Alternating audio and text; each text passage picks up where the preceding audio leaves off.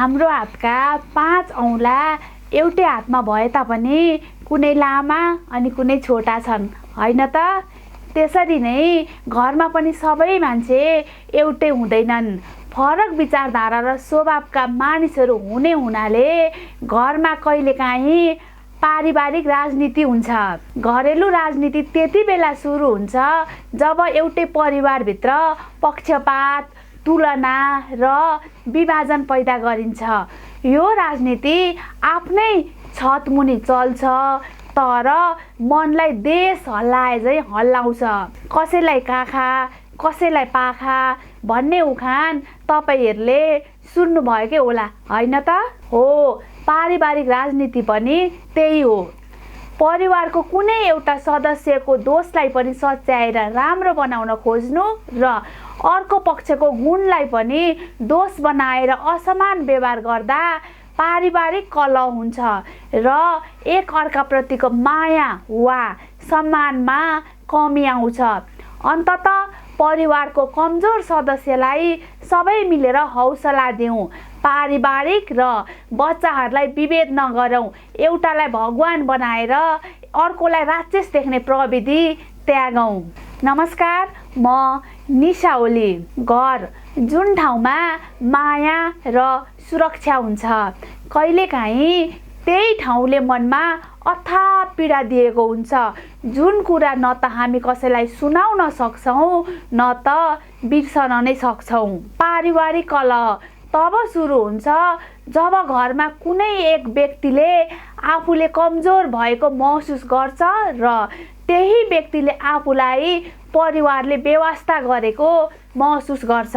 हामीले परिवारको कुनै एक सदस्यलाई अरूलाई भन्दा बढी माया, सहयोग वा ध्यान दिनाले अर्को पक्षलाई कतै न कतै चोट परिरहेकै हुन्छ।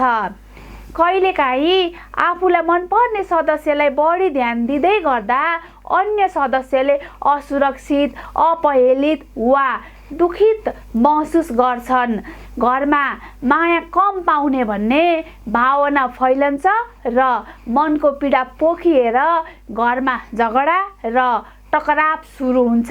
यही पक्षपातले परिवारमा विश्वासको कमी हुँदै अन्य सदस्यहरूको समेत भरोसा टुट्छ। के तपाईँले याद गर्नुभएको छ, एउटै परिवारको 2 छोरी मध्ये एउटीको जीवन राम्रोसँग चलेको छ र अर्कीले दुःख पाएकी छन् भने घरमा आउँदा धेरै माया सुख पाउने छोरीले पाउँछिन्। सुख पाउनेहरूको आफ्नो छुट्टै ग्रुप हुन्छ। गरिबीबाट गुजारा गरिरहेकी चेलीलाई ग्रुपमा समेट्नुको साटो उसलाई होच्याउने काम गरिन्छ। रहनसहन मिल्दैन भनेर आफ्नो घरमा भएका कार्यक्रमहरूमा समेत सामेल गराउन मन गर्दैनन्, जसले गर्दा उनी भित्रभित्रै टुट्न बाध्य हुन्छन्। यसले मानसिक स्वास्थ्यमा समेत असर पार्दछ। कुनै एउटा बच्चाले राम्रो वा नराम्रो जस्तो काम गरे पनि उसको तारिफ मात्रै गर्ने, ससाना कुरामा प्रोत्साहन गर्ने र उसको मात्र गुणगान गाउँदा अर्को बच्चाले असुरक्षित र आफू कमजोर भएको महसुस गर्न सक्छ। अत्याधिक पक्षपातले परिवारकै सदस्यलाई तनाव, डिप्रेसन, डर र आत्मसम्मानमा कमी भए जस्ता असर देखिन थाल्छन्। जब घरको वातावरण विषाक्त हुन्छ, खुल्ला प्रेम र सम्मानको ठाउँमा शत्रुता, रिस र निराशा बढ्छ। परिवारकै सदस्यहरू एक अर्कासँग रुष्ट हुने हुन्छन्। कहिलेकाहीँ घरको वातावरण बिग्रिएर कलह समेत सिर्जना हुन सक्छ। के गर्ने त? परिवारका सबै सदस्यहरूलाई समान रूपमा माया दिनुपर्छ।